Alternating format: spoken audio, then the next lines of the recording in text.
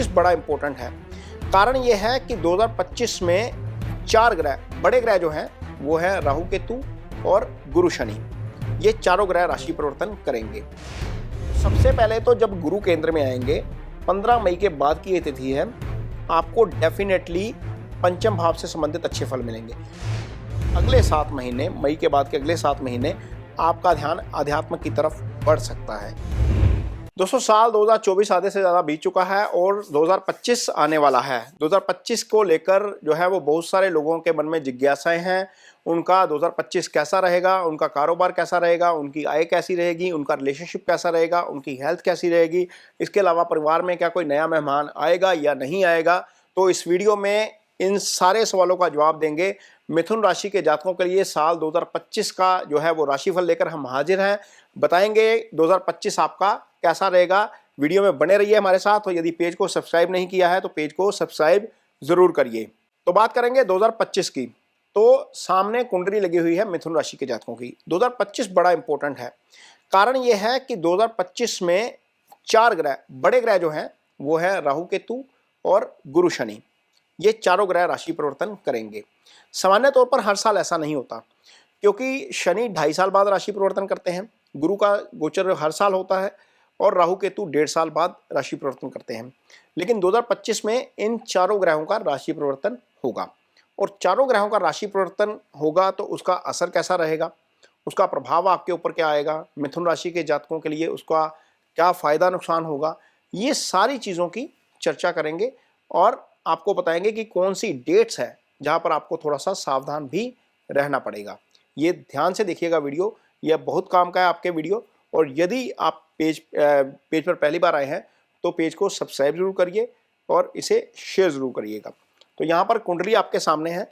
आप देख सकते हैं कि 1 जनवरी के दिन आपकी कुंडली में गुरु का गोचर हो रहा है 12वें भाव में। गुरु का गोचर 12वें भाव में अच्छा नहीं होता। गुरु कुंडली में दूसरे भाव के कारक होते हैं, पंचम के कारक होते हैं, 9th के कारक होते हैं, 11th के कारक होते हैं। ये बहुत सारे जो अच्छे भाव हैं कुंडली में, त्रिकोण के भाव हैं दोनों, उनके कारक होते हैं और आय स्थान के और धन स्थान के भी कारक होते हैं। और गुरु की 3 दृष्टियां होती हैं, गुरु जहां पर बैठते हैं उसका भी असर होता है। लगभग 8-9 घरों के ऊपर गुरु का प्रभाव रहता है। तो ये गुरु जब आपकी कुंडली में 12वें भाव में चले जाते हैं तो ये अच्छा फल नहीं करते। लेकिन आपके लिए गुरु का गोचर न्यूट्रल होने जा रहा है। मैं ये नहीं कहूँगा कि अच्छा होने जा रहा है, न्यूट्रल होगा आपके लिए। गुरु जो है वो आपकी कुंडली में चंद्रमा के ऊपर से गोचर करना शुरू करेंगे और ये होगा 15 मई को। इससे पहले शनि आपकी कुंडली में गोचर करना शुरू कर देंगे 10वें भाव में। 10वें भाव में शनि का गोचर होगा। शनि इस समय आपकी कुंडली में 9th हाउस में गोचर कर रहे हैं। आप देख सकते हैं ये कुंडली जो है वो आपके सामने लगी हुई है। शनि का गोचर 9th हाउस में है। राहु और केतु जो है वो आपकी कुंडली में इस समय केंद्र में गोचर कर रहे हैं। 6 राशि में आपकी कुंडली में आप देख सकते हैं कि 10वें भाव में इस समय राहु का गोचर हो रहा है और चौथे भाव में इस समय केतु का गोचर हो रहा है। यानी कि 1 जनवरी के दिन ये ग्रहों की स्थिति है। लेकिन गुरु गोचर, शनि गोचर करेंगे 29 मार्च को, गुरु का गोचर होगा 15 मई को और 29 मई को राहु केतु गोचर कर जाएंगे। तो यहाँ पर जो राहु और केतु का गोचर है वो तो आपके लिए न्यूट्रल ही रहेगा, मीन्स पहले जैसा ही रहेगा। कारण यह है कि राहु जो है वो आपकी कुंडली में 10वें भाव में गोचर कर रहे हैं, 10वें में ही रहेंगे और एक घर में राहु शुभ होते हैं, दूसरे घर में केतु शुभ होते हैं। अब केतु चौथे भाव में, वो शुभ गोचर में नहीं थे। अब केतु क्या करेंगे, केतु शुभ हो जाएंगे, केतु तीसरे भाव में आ जाएंगे, राहु 9th हाउस में आ जाएंगे। ये न्यूट्रल हो जाएगा, एक ग्रह अशुभ होगा, एक ग्रह शुभ हो जाएगा। लेकिन शनि का गोचर जो है वो दशम में हो जाएगा। शनि दशम के कारक भी होते हैं, कर्म के कारक शनि है। और इसके अलावा गुरु का गोचर आपके लिए न्यूट्रल हो जाएगा, यानी कि कुल मिलाकर गुरु ठीक हो जाएंगे आपके लिए, 12वें भाव में नहीं रहेंगे। 12वें भाव में रहते हैं तो ज़्यादा हानि वाला ये स्थिति है। अदरवाइज केंद्र में आ गए हैं तो केंद्र में अच्छे रहेंगे, क्योंकि दोनों केंद्रों के भी स्वामी हैं आपकी कुंडली में। तो गुरु केंद्र में आ जाएंगे, दूसरा शनि दशम में आएंगे और केतु आपके तीसरे के लिए गोचर जो है वो अच्छा हो जाएगा। अब कैसे अच्छा होगा, क्या प्रभाव होगा, इस पर चर्चा करते हैं।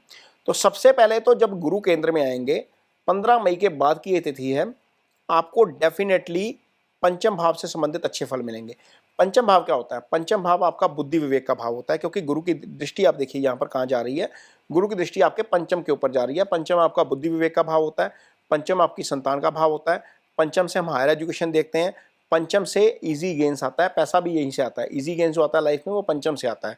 तो गुरु की इस दृष्टि के कारण आपको इन चारों एरियाज ऑफ लाइफ में डेफिनेटली फायदा होगा। संतान पक्ष से अच्छी खबर आ सकती है, यदि आप स्टूडेंट हैं तो डेफिनेटली आप हायर स्टडीज़ के लिए जाएंगे तो गुरु आपकी वहाँ पर हेल्प करेंगे। ये वही समय होता है 15 मई के आसपास का, जब एडमिशन्स चल रही होती हैं कॉलेजेस में, और उस समय डिज़ायर जो है यूनिवर्सिटी या डिज़ायर्स कॉलेज में एडमिशन सबसे बड़ा टास्क होता है। तो यहाँ पर गुरु डेफिनेटली आपकी हेल्प करने जा रहे हैं। यदि आपके घर में संतान नहीं है तो संतान की प्राप्ति भी गुरु इस साल 15 मई के बाद डेफिनेटली करवा देंगे, क्योंकि पंचम एक्टिवेट होने जा रहा है। यहाँ पर गुरु जब बैठेंगे चंद्रमा के ऊपर से जाएंगे तो सप्तम दृष्टि से आपके 7th हाउस को देखेंगे। पार्टनर के साथ आपका तालमेल डेफिनेटली बेटर रहेगा। यदि शादी नहीं हुई है तो शादी हो सकती है, क्योंकि पंचम रिश्ते का भाव होता है, एंगेजमेंट पंचम भाव से देखी जाती है, सप्तम आपका जो है वो शादी का भाव होता है। तो शादी भी हो सकती है और संतान भी हो सकती है। ये मिथुन राशि के जातकों के लिए गुरु के प्रभाव का असर रहेगा आपकी कुंडली में 15 मई के बाद। अब देखिए, गुरु की एक 9th दृष्टि होती है जो गुरु के 9th हाउस पे जा रही है। गुरु उन दोनों भावों को देख रहे हैं जिनके गुरु कारक हैं, 9th हाउस को भी देख रहे हैं। 9th हाउस भाग्य स्थान होता है, यानी कि कोई भी प्रोजेक्ट, कोई भी काम, कोई भी कारोबार आप नया करेंगे तो 15 मई के बाद डेफिनेटली आपको उसका बहुत अच्छा रिजल्ट मिलने जा रहा है। कैसे? क्योंकि गुरु 9th हाउस को एक्टिव कर देंगे। जब आपका भाग्य आपका साथ देता होता है तो आपकी मिट्टी सोना बनती है, ये आपने सुना होगा। लेकिन ऐसी स्थिति तब पैदा होती है जब गुरु की ब्लेसिंग्स मिलती हैं, जब आपकी दशा अच्छी चल रही होती है और गुरु का गोचर उसमें अच्छा चल आ जाता है। तो गुरु का गोचर डेफिनेटली अच्छा होने जा रहा है। आपको 15 मई के बाद आपके डिजायर्ड रिजल्ट डेफिनेटली मिलेंगे। जिस भी काम में आप हाथ डालेंगे वहां पर आपको सफलता मिलती हुई नजर आएगी। यहाँ पर यह गुरु का प्रभाव रहेगा। अब 2 वो डेट्स नोट करिए जहां पर आपको सावधान रहना है खास तौर पर, और ये डेट्स इस काम के लिए जहां पर आपका कारोबार जुड़ा हुआ है, जहां पर आपकी नौकरी जुड़ी हुई है, जहां पर आपका कोई भी बिजनेस जुड़ा हुआ है। कारण यह है कि जब 29 मार्च को गुरु शनि राशि परिवर्तन करेंगे तो वो आपकी कुंडली में आ जाएंगे 10वें स्थान पे। यहां पर ऑलरेडी राहु का गोचर हो रहा है, यानी कि शनि और राहु दोनों दशम में आ जाएंगे। ये स्थिति अच्छी नहीं है। यहां पर 29 मई तक रहेंगे राहु। ये युति जो रहेगी 29 मार्च से 29 मई तक रहेगी। ये राउंड आपको नजर आ रहा है यहाँ पर, देखिए चार्ट में, ये 2 महीने की स्थिति है। और जब ये कॉम्बिनेशन रहेगा, ऐसी स्थिति में कोई भी डील मत करिएगा जहां पर उधार वाला काम हो। कई बार ऐसा होता है कि आप कारोबार कर रहे हैं और पार्टी कहती है कि पैसे आ जाएंगे, आप माल भेज दीजिए। ऐसा मत करिएगा, वो पैसा फंस जाएगा आपका। कारोबारी फ्रंट पर चैलेंजेस फेस करने पड़ सकते हैं।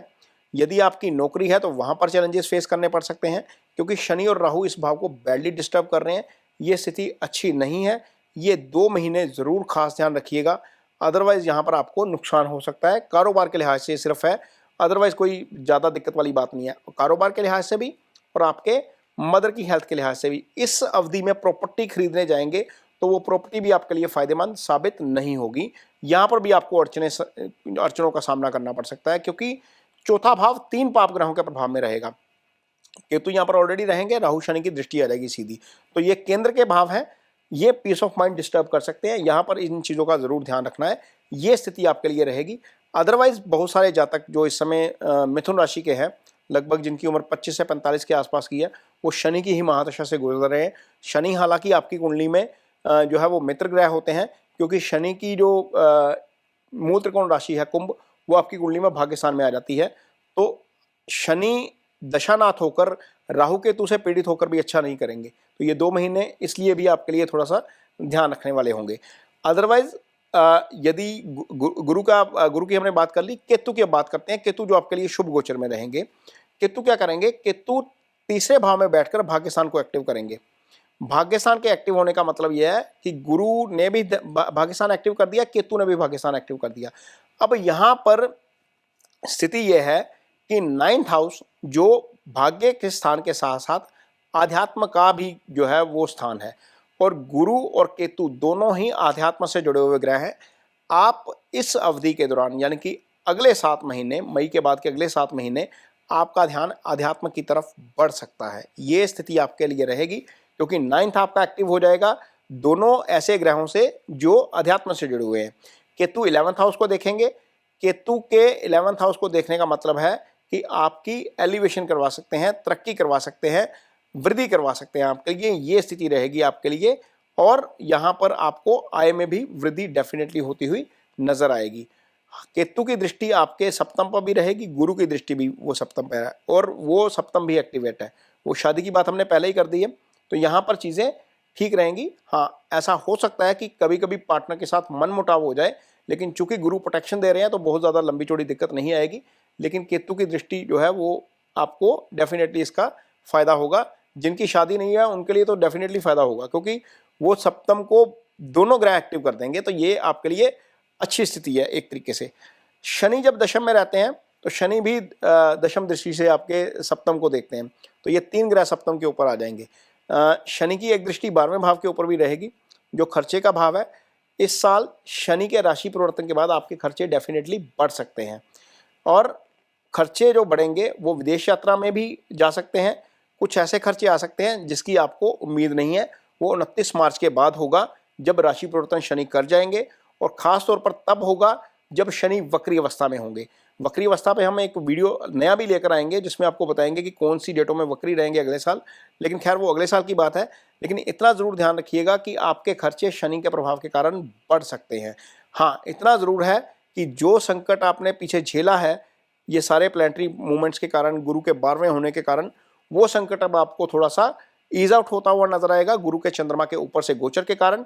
क्योंकि चंद्रमा के ऊपर से जब गुरु का गोचर होता है तो वो गजकेसरी योग बना देते हैं, वो आपका थॉट प्रोसेस पॉजिटिव करते हैं, बहुत सारी चीज़ें आपके माइंडसेट ठीक होने के कारण ही ठीक हो जाती हैं।